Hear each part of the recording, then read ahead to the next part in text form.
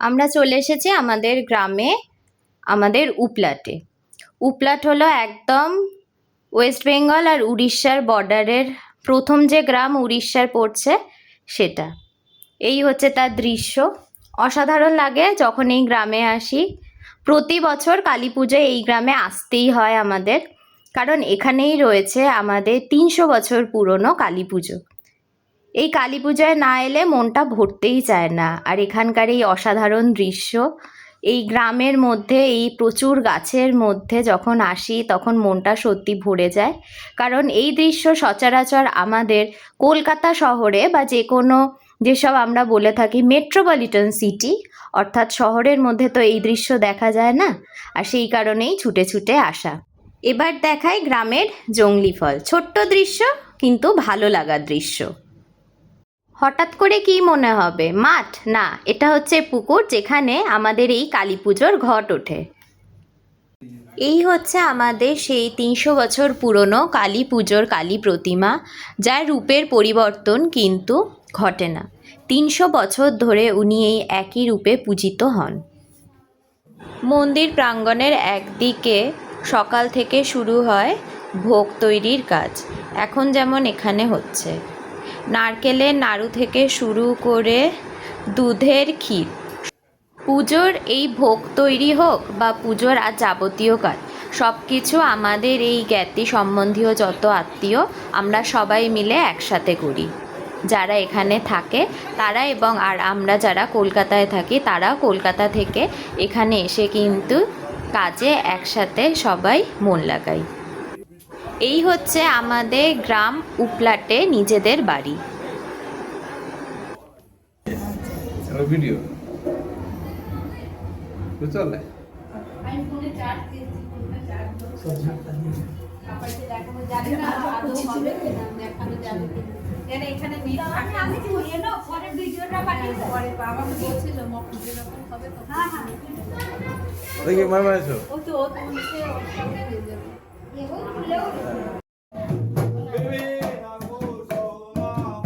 বাইরে এখানে হচ্ছে কীর্তন, আর ভিতরে আছে আমাদের 7 পুরুষ পুরনো গোপাল মন্দির। আর এই হচ্ছে সেই গোপাল ঠাকুর, এখন চলছে তার সন্ধ্যারতি।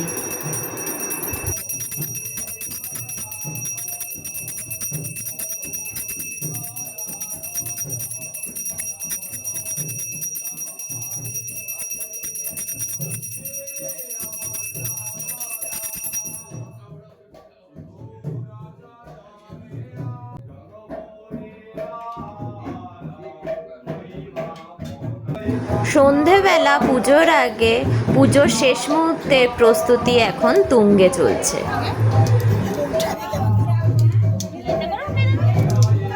বাড়ির উঠোনে সুন্দর করে সাজানো হয়েছে মোমবাতি দিয়ে তুলসী প্রাঙ্গণ। দীপাবলির রাতে আমাদের প্রত্যেকটি জ্ঞাতির বাড়ি সেজে উঠেছে এই রকম আলোয়। কোনো কোনো বাড়ি সেজে উঠেছে ইলেকট্রিকের আলোয়, আবার কোনো কোনো বাড়িতে জ্বলছে এরকম মাটির প্রদীপ বা মোমবাতি। ছাদের উপর থেকে কত সুন্দর লাগে এরকমভাবে যেসব বাড়ি সাজানো আছে সেই সব বাড়ির দৃশ্য।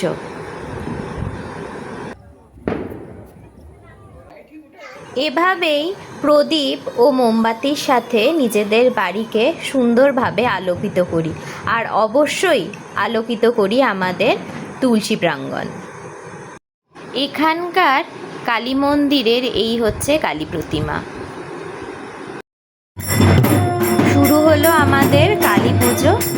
প্রথমে আমাদের এখানে যে কালী পুজো হয় সেই কালী পুজোর ঘট ওঠে, আর এই হচ্ছে তার প্রস্তুতি। কালী মন্দির থেকে বেরিয়েছেন আমাদের প্রধান পুরোহিত, তার সাথে আরও যে কজন আছে তারা প্রত্যেকেই এখন সবাই রওনা দেবেন যে পুকুর থেকে আমাদের ঘট ওঠে সেই পুকুরের উদ্দেশ্যে।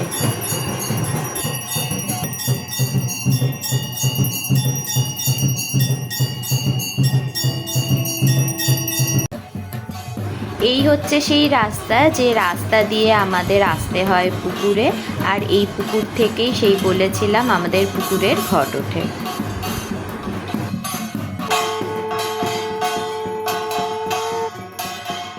পুরোহিত মশাইদের সাথে আমরাও কিন্তু একসাথে পুকুরের উদ্দেশ্যে রওনা দিই, কারণ যখন সবাই মিলে আমরা যাই সেখানে খুব মজা হয়, খুব আনন্দ হয়, অনেক গল্প হয়।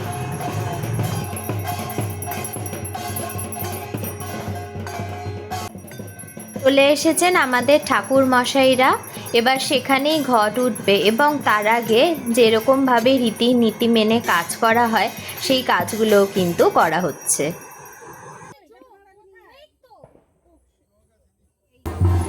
এই চলছে আমাদের আচার অনুসারে ঘট পুজো।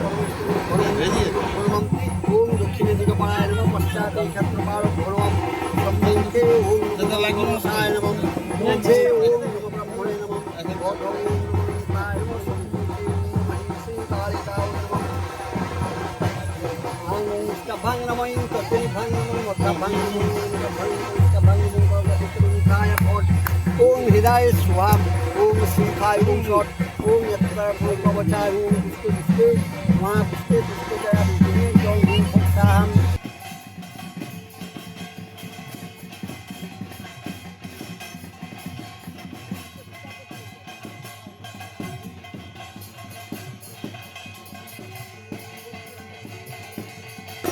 আমাদের যে ঘট উঠেছে তা পুজো হওয়ার পরে আবার এই রাস্তা দিয়ে এবার আমরা ফিরে যাব আমাদের মন্দিরে। মা কালীকে ধ্যান করি, মা কালীকে ধ্যান করি, মা কালীকে ধ্যান করি, মা কালীকে ধ্যান করি।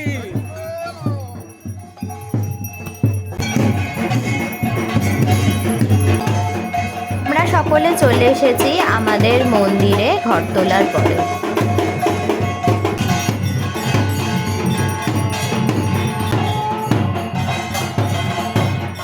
ঘট মন্দিরে এসে গেছে, কিন্তু মন্দিরে ঢোকার আগে এখানে বিশেষ কিছু রীতিনীতি আছে যা মেনে তারপরে কিন্তু প্রধান মন্দিরে ঘট উঠবে।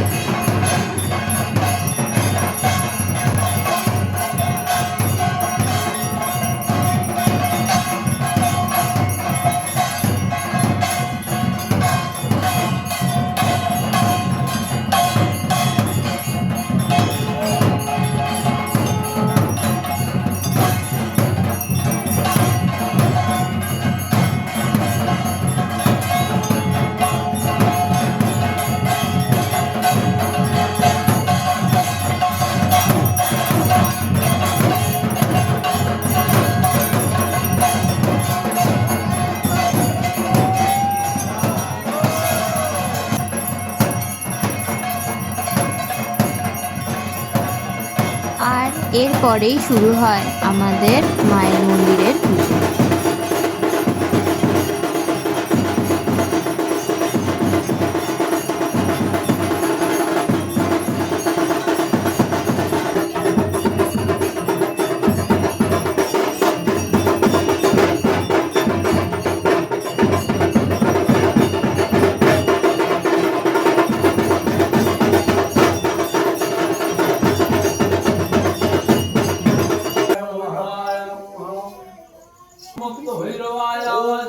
আমাদের কালীমার এই এবার পুজো চলছে।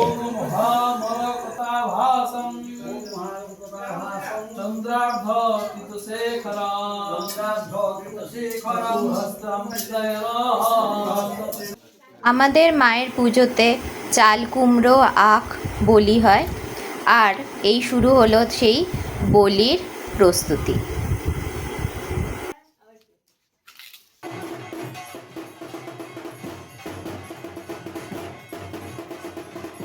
রাত্রিবেলা যখন মায়ের পুজো চলছে আমরা কিন্তু সকলে মায়ের পুজোর সময় একসাথে সেখানে প্রস্তুত।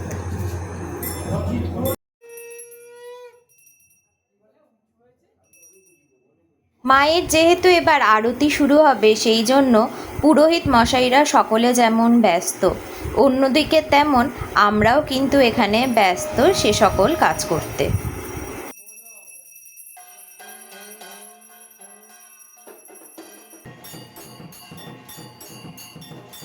এই পুজোর কাজে আমরা ছোট থেকে বড় যারা সবাই থাকি প্রত্যেকেই একসাথে আনন্দের সাথে কাজে যোগদান করি।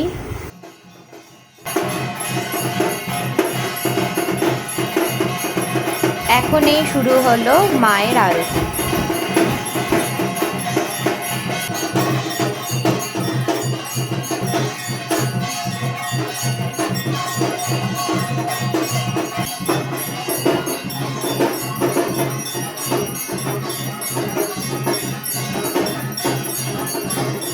সারা রাত পুজো শেষ হওয়ার পরে ভোরবেলা আমরা সবাই কিন্তু মন্দির প্রাঙ্গণ ছাড়ি না, সবাই সেখানে বসে থাকি, গল্প আনন্দ সব কিছু সেখানে একসাথে বসে করি। কারণ সব সময় সবাই একসাথে থাকি না, কেউ কেউ আমরা থাকি যেমন কলকাতা শহরে, আবার তেমনই কেউ কেউ থাকে এই গ্রামে।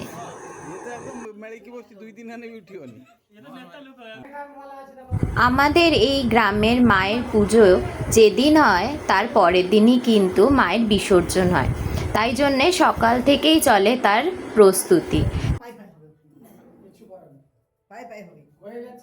বিসর্জনের দিন সকালবেলা পুরোহিত মশাই প্রথমে মাকে বরণ করেন এবং তারপরে যে সকল মহিলারা আছে তারা মাকে বরণ করে নেন।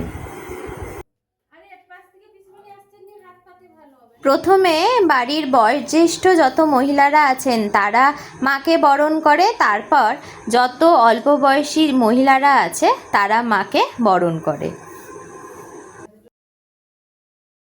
মায়ের বিদায় বেলায় চলছে মাকে বরণ করা।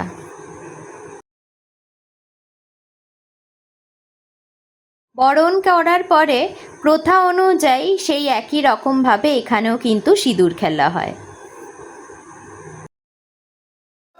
মাকে বরণ করার পরে সিঁদুর খেলার পরে সব যখন প্রথা শেষ হয় তারপর চলে আসে সেই শেষবেলা যখন মাকে বিসর্জন দিতে হয়।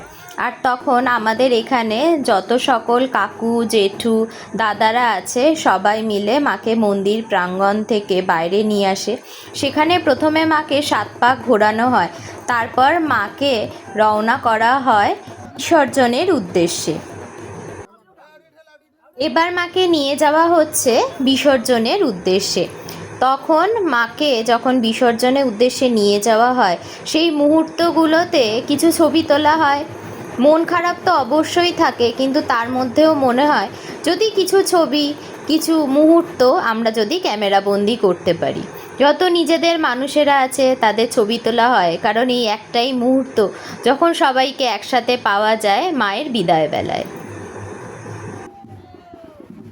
প্রথমেই বলেছিলাম যে এই পুজো প্রায় 300 বছর পুরনো, সেই জন্য তখন থেকেই যে প্রধান রীতি এখানে মেনে চলা হয় সেটা হলো মাকে আমাদের মন্দির থেকে বের করে এনে বিসর্জনের আগে সারা পাড়া ঘোরানো হয়।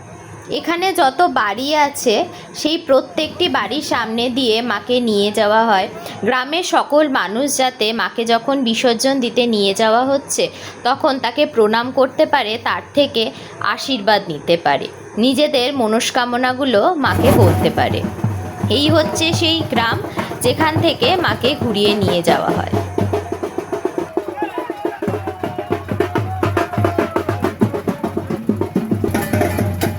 উপলাটের আমাদের গ্রামে যে কালী মন্দির আছে তার পাশেই রয়েছে পুকুর, আর সেই পুকুরেই মাকে বিসর্জন দেওয়া হয়। চলে এসেছি আমরা সেইখানেই। এখানে মাকে প্রথমে নামানো হবে আর তারপরে মাকে বিসর্জন দেওয়া হবে। মাকে বিসর্জন দেওয়ার আগে চলছে তার কিছু প্রস্তুতি।